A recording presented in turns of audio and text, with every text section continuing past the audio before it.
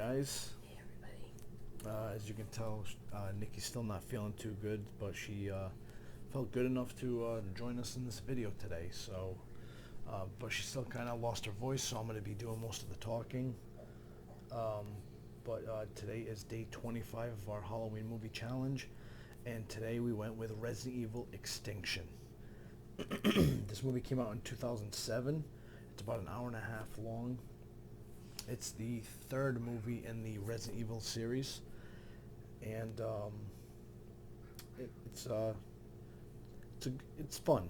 It's a fun movie. I don't really know how I feel about this movie though, to be honest.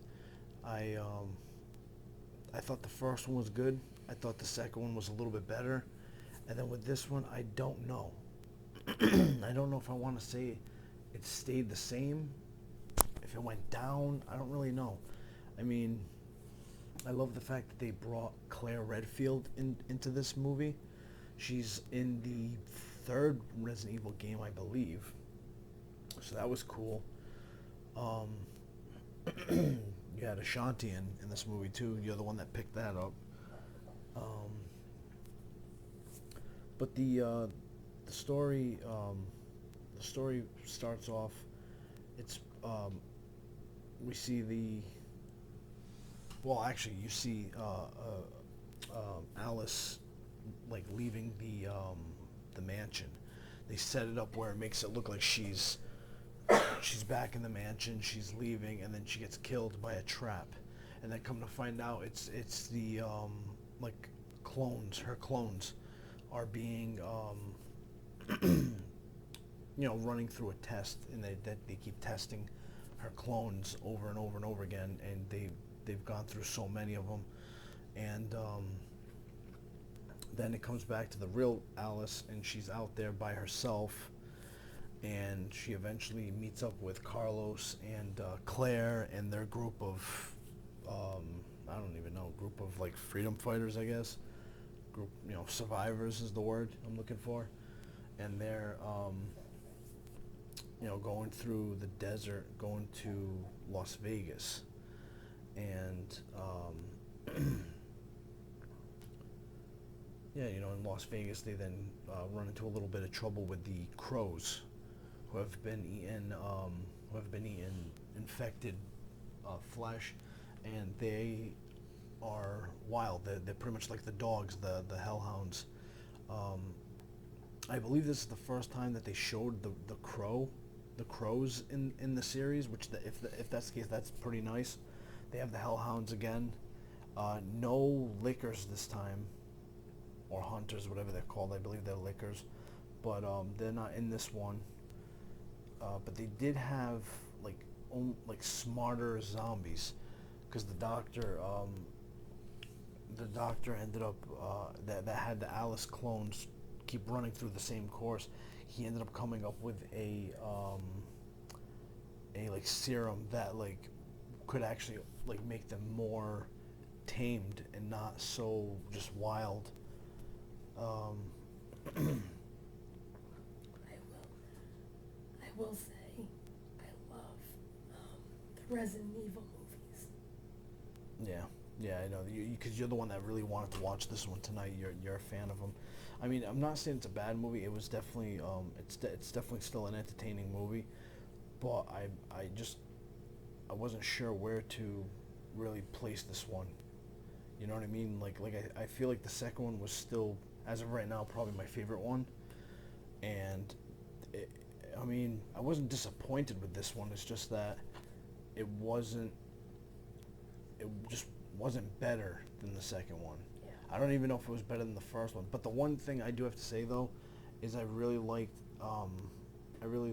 when she had to go into the base towards the end. I don't want to jump ahead though, but that part was really cool. So with Alice, we find out as she's in the desert, they lose a couple people. LJ gets bitten and he ends up dying, along with many other characters. And then we find out that Alice actually can be like shut off technically by like a satellite that Umbrella has. So they obviously implanted something in her that they could shut her off, but it was only temporary. Then she was able to get there and like because I guess they had a tent on the top of one of the buildings. So she got there, she killed most of the people. One of the super zombies that the doctor created, or smart zombies, whatever you want to call them, bit him. And then he goes back to the place, he starts injecting himself with a bunch of the antiviruses to try to cure himself. It doesn't work, and he ends up mutating. He has like one longer arm with like 3 really long fingers they can stretch out and get the people. And I feel like this was the last boss in the first movie, but in the first game, but I'm not 100% sure. I can't remember, but I feel like I've seen him before. He was definitely the final boss in one of the games. I just don't remember which one.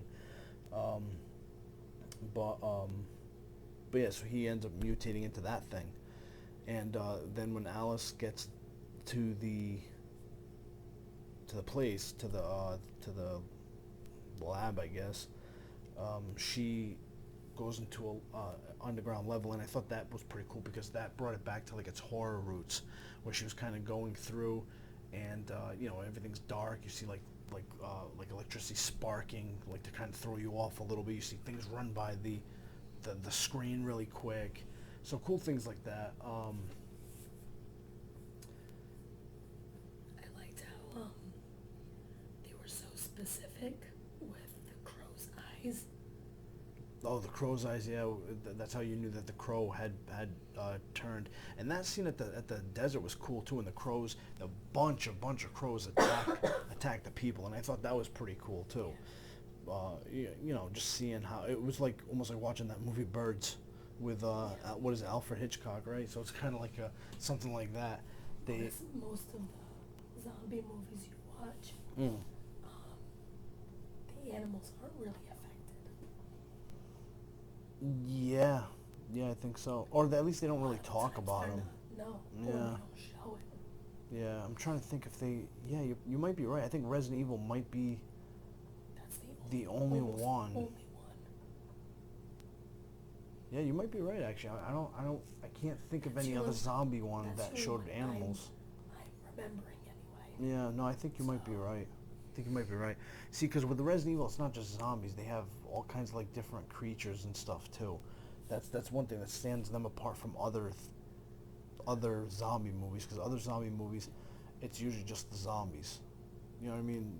This one, Resident Evil, definitely threw in a mix of all kinds of different creatures, and it's partly because it was a video game first. It's to make the game entertaining and challenging. They threw in other creatures. But yeah, so in this movie, you have LJ who ends up dying. You have Carlos who ends up dying. And like I said, many other characters die too. About halfway through, I would say. They probably die about halfway through. You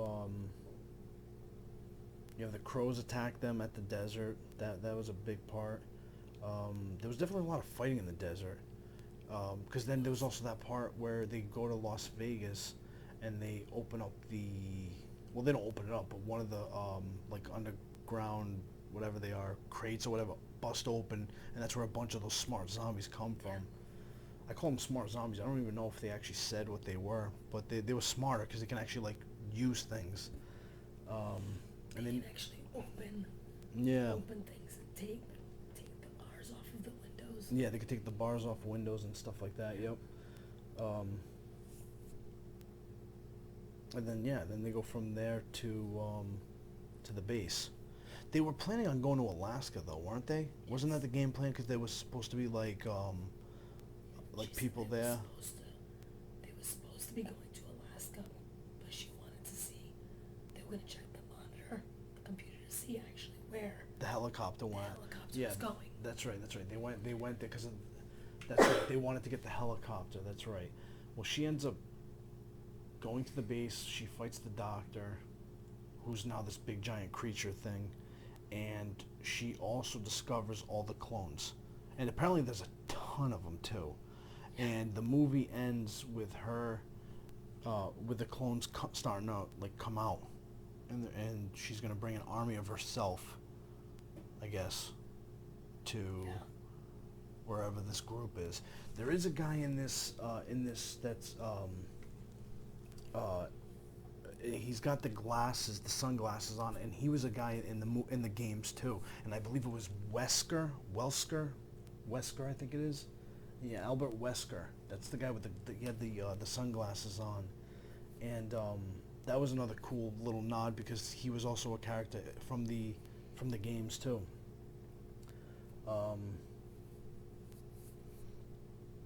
But yeah, I mean, the movie was fine, and I'm wondering if I feel like this too because yesterday we watched Shaun of the Dead, and I loved Shaun of the Dead.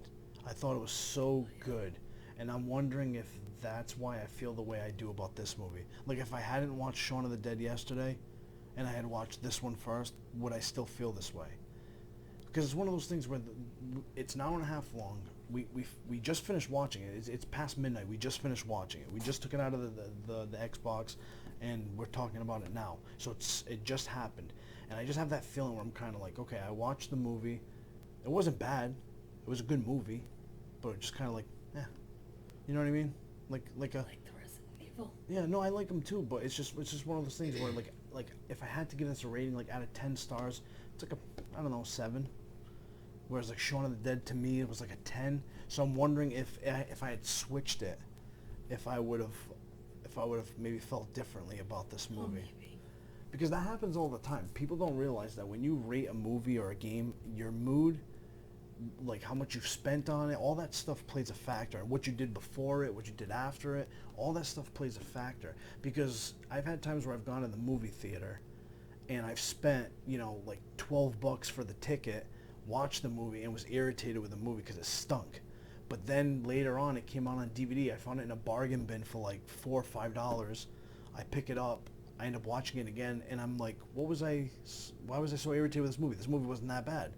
So it's, was it so much the movie, or was it the fact that the movie, for what I spent on the ticket, wasn't worth? You know what I mean? Like that all plays a factor. Same thing with games. You buy a game for $60, you're gonna be irritated if the game's mediocre. But if you buy that same game in a bargain bin for like $10, you might be like, wow, what a great buy this was, So it all depends on the thing. So I'm wondering if that plays a factor. But in all, this was a good movie though. It was not a bad movie at all. But I think out of the Resident Evils, this one might be my least favorite one right now. I think 2 is my favorite, then 1, and then this one. But like I said, it's not bad. It's still a really enjoyable movie. Really fun. A lot of cool action things. They had different characters pop in and different monsters pop in, which was great. The guy that played the Doctor, by the way, if you guys are a Game of Thrones fan, he's in Game of Thrones. Yeah. Ian, I think his name is. I'll have to look, but yeah, he was in Game of Thrones, so that was pretty cool. Ian Glenn, I believe is right. Am I looking at that right? Right down the left corner. Glenn? Ian. Yeah, I don't know. Sorry, but it's late. We're tired. But yeah, so that was cool too. And you also had the actress that played Claire, Ali Lauder. She's much younger in this, but she was actually in Heroes. She was in the other one you had said too.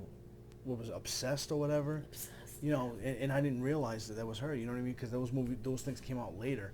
So it's just I don't know. It was cool. I enjoyed it. I thought it was fun. So that's my review on it. I think it was fun.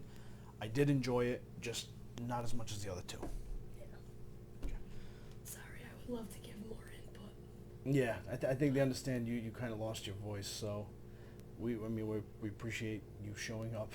At least you were able to sit with us. So. And whisper. But all right, guys. Thank you very much for watching. Please like, comment, and subscribe. And take care, guys. Have a good night.